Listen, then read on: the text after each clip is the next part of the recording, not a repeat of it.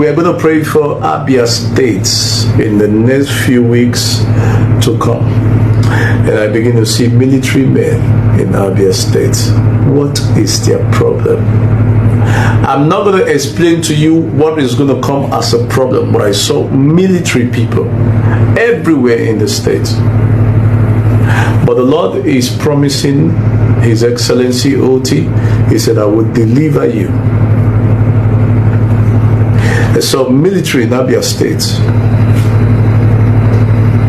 they were controlling social unrest. But it was not just social unrest. Some attempt will be made. So we need to pray for the governor. We need to pray for the states and say for God to preserve the states. Are you understanding what I'm saying? It's like a setup in the states where military will come. It will slow down many projects. It will slow down many things the government is doing just to destabilize the government and accuse him of different things he knows nothing about. That is the message I have. Thank you for watching. I'm going to go that video. That pastor hinene kita. That pastor hinene. They check your fama na internet. I'm not forcing you to believe. I am not forcing you to believe, but I'm trying to connect the dots for you to understand the amen. Also, in a couple of months' time, in weeks, in months' time, the military, you invade Abia State. No, but on actually be social unrest now. Can Kawalo ni hear that in a minute?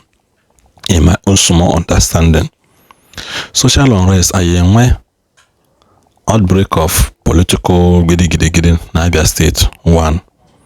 I am outbreak of Fulani invasion in Abia State. That's 2. I am security challenges in Abia State. 3. Then other states in which I go insecurity, ma Benue State, ma Jos, ma Taraba, ma Kwara State, military or invade the gear before. Jason Hane Nyaka you control. So here the nature of the video. I'm not saying you should believe in prophecy or brought by force. This is me now pointing out something to you. I'm not going to follow very well. Go severally. Here I need the simple arithmetics. I connect the dots for you together. Sigina many times that now this opposition leader and past governors that rule Abia State, I call them political vampires. And rule Abia State. That you know what you against Alex Otti. You don't have anything against him. Just in order to gain a half on your bona can rob everybody that is shame and humiliation.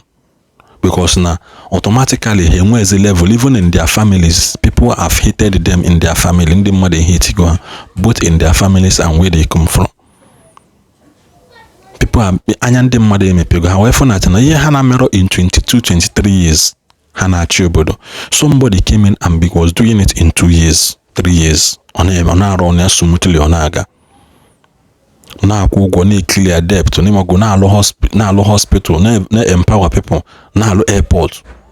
Something they did not do in 20 something years, 23, 22, 23 years actually they did not do it. So it's automatically a slap on their face.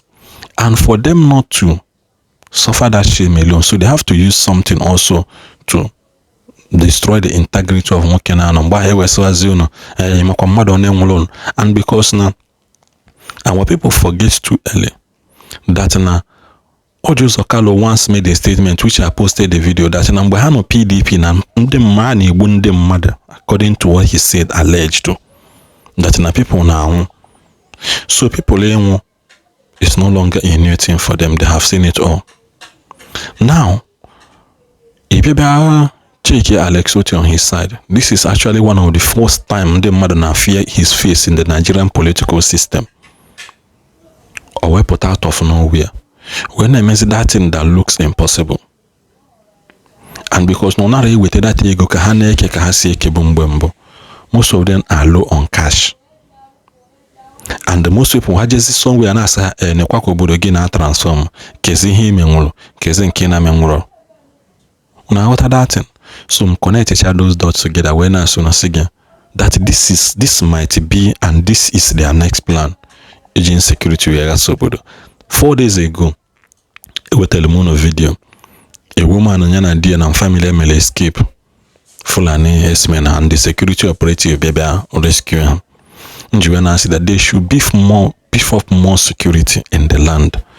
Every junction or Bonanimo had a link them to the next village should be blocked and be under lock and key, tight security 24/7.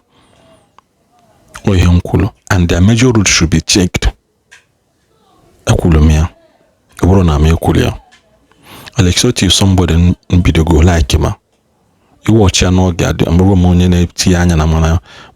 Balochicha begins to look into it. That's okay. We don't invest in Abia State, and Abia State will take a new look, we take a new turn, all those things. Man, by then, people are not paying much attention to it because they thought no regular other political body can see beheading hand. So in this thing now, this video in the man of God also said that they are not only coming for this to control social unrest, that they are coming to make attempt on him, but God will deliver him. So in Achigwamna, they are make attempt on him. On oboron them ya. Ona muna gina abono like Alex Otti genuinely.